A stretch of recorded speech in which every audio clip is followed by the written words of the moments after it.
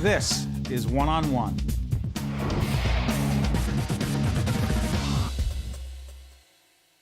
Hi, I'm Steve Adubato. We are here at the 2013 NJEA, the New Jersey Education Association Convention. Been coming down here since, not me, but they've been coming down here to Atlantic City since 1905. Great stuff, professional development, training, all sorts of great seminars. Let me introduce you to a guy that knows all about it. He is Michael Cohan. He's Director of Professional Development, NJEA. Good to see you, Michael. Same here. Good to see you. Now, you're responsible for a lot of this stuff. Well, listen, I've got a great team that works with me, and we work on this event all year. Actually, I'm already thinking about 2014. You really are? Yeah. And by the way, we're about to see a video about some of the great things that go on that brings those pictures to life. Tell folks, why is a convention like this so important, not just for new teachers, but for teachers who've been at it for so long? Well, we spend a lot of time trying to make sure that we know what's the latest and greatest out there. And we bring it here to Atlantic City. Give us an example. Well, we've got Harvey Silver, who's an expert in implementing the Common Core. He's upstairs doing a classroom session right now. Common Core curriculum? Common Core state standards, right. Okay, right. The curriculum that everybody's going to be working on over these next several years. Deep into implementation on that already. We've got Charlotte Danielson, who is the premier expert on teacher practice, and it's a model being used in the teacher evaluation programs all over the state. We've got Marcia Tate, who's an expert in brain-based learning, and tomorrow we're going to have Chris Lehman, who's a principal in Philadelphia, who knows all about what he's calling School 2.0, what we need to do to really engage kids. Constantly challenging educators to learn new ways of doing things, adapt Absolutely. to what's going on out there. Absolutely, but the other thing that I want all of our folks to know is that the greatest expertise is right in their schools. And we also have a lot of teachers here sharing that expertise with one another. Good stuff. Let's take a look at the clip. It is from this terrific series called Classroom Close-Up, celebrating 20 years of broadcast excellence, 11 Emmy Awards. Let's take a look at the video, and we'll come back and talk to Michael.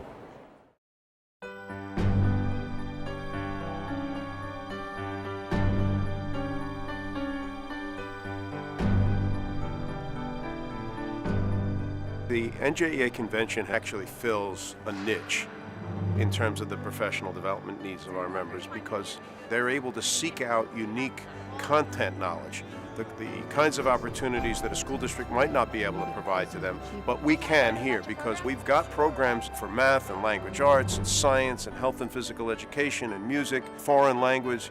Just about any content area you can imagine, we've got programs at some point in time during the 2 days of the convention that they can pursue and then get some of that unique learning. The convention has been held here in Atlantic City every year with the exception of 4 for over 100 years.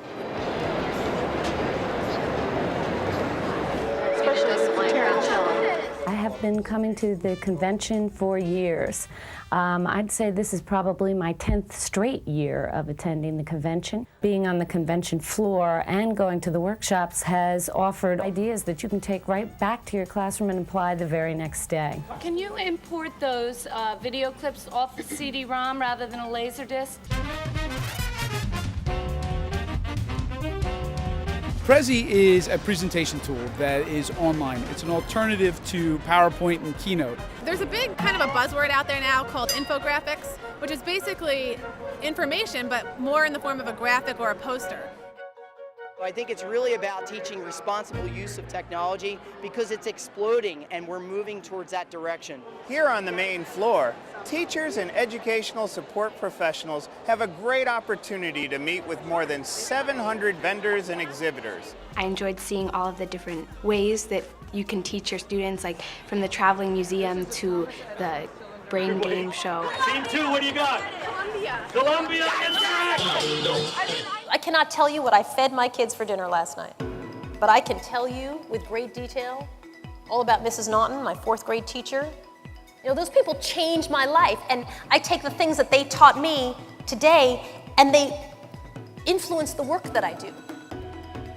And I am just amazed at the number of people who are here and the number of things that we're watching teachers do. Because you can see where the distribution is. I hope they're inspired to do and try things that they have never done before. I know they're going to leave with a lot of great ideas. You can't help but have a lot of great ideas when you leave here. My hope is that they're going to be inspired to go back to their classroom and actually give a lot of it a try. And we'll be back here again next year to inspire you some more. Now, Michael, we've just seen some excellent stuff, and our good friend Soledad O'Brien was on the back end there. Yeah. You bring in all sorts of people here, right? We do. We had Robert Kennedy Jr. a few years ago. We had, I'm sorry. No, it's okay. You have Robert Kennedy here, but you also, by the way, the Commissioner Cerf, the Education Commissioner, is a part of today. Our colleague Mike Schneider from NJTV is coming down today. We'll be here right in this space a little later on today. Right. Why is it so important to bring outside folks, by the way? Well, first of all, I want to make sure that everybody knows the great things that are happening in the public schools in New Jersey. You know, and it's our members that are making that happen, working with their partners in communities, in the school administration. You know, this is what it's about, and we want to make sure we showcase that every chance we get. There's one program I want to ask you about. It's called Main Street NJEA. What is that? That's my favorite thing of the convention. As soon as I say Main Street NJEA, this guy gets a smile on his face. Yeah, well, you know, I'm really, really happy and proud of that. We thought about how it is that we present the day-to-day services that we engage in on behalf of our members, you know, what it is that we do for them. And we used to have an area that was a square, was a box, and people would come up to a table. Well, we've opened that up. It's now an interactive experience. There's smart boards there, there's television monitors, there's computers, and our staff there to talk to our members to make sure that they know what we do for them every day. Is there a and I just think it's cool. It is cool, but the question is there a constant challenge when you head up professional development to find new and different ways to engage teachers? And by the way, do they come up with ideas for you? They absolutely do. Listen, our approach is to engage in dialogue with our folks and say to them, what do you need? Because we want to make sure that we're responding to need, not saying we know best and this is for you.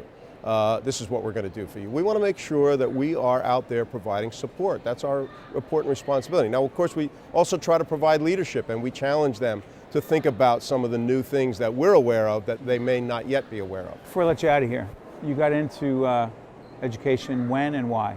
Oh, I got into education when I was in high school. You know, I was very close to my teachers, and one of my teachers said to me, "You'd be a good teacher," and that was the only thing I ever wanted to do. I said back when I was a senior in high school, you know, I think I want to be a social studies teacher, or a math teacher, or a history teacher, or a phys ed teacher, and somebody said, "Why don't you make up your mind?" I said, "It doesn't make a difference. I just want to be a teacher." Just want to be a teacher? Yes. Passion. Yes, enthusiasm. It's been a great, great opportunity for me to engage in that passion. Haven't lost any of it? None. None. Good stuff, man. I want to congratulate you. Thank you, Michael, for being a part of this great event.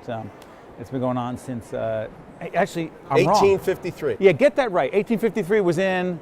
Trenton, actually. It was a gathering of 7 guys, but we call that our first convention. I said New Brunswick. It was actually Trenton. Oh, well, no, you may be right. I'm sorry. If I'm right, that's amazing, because it's always the first time.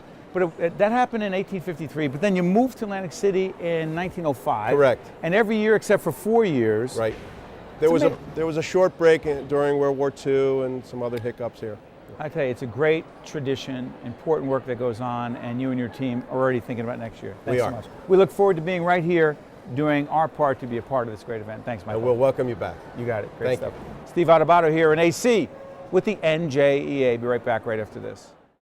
One-on-One with Steve Adubato has been a production of the Caucus Educational Corporation, celebrating 25 years of broadcast excellence. Funding has been provided by the New Jersey Education Association, Wells Fargo, the Adler Aphasia Center, PSE&G, the law firm of Gibbons PC, Horizon Blue Cross Blue Shield of New Jersey, Bloomfield College. Transportation provided by Airbrook Limousine, serving the metropolitan New York, New Jersey area. One-on-One with Steve Adubato has been produced in partnership with St. Joseph's Healthcare System.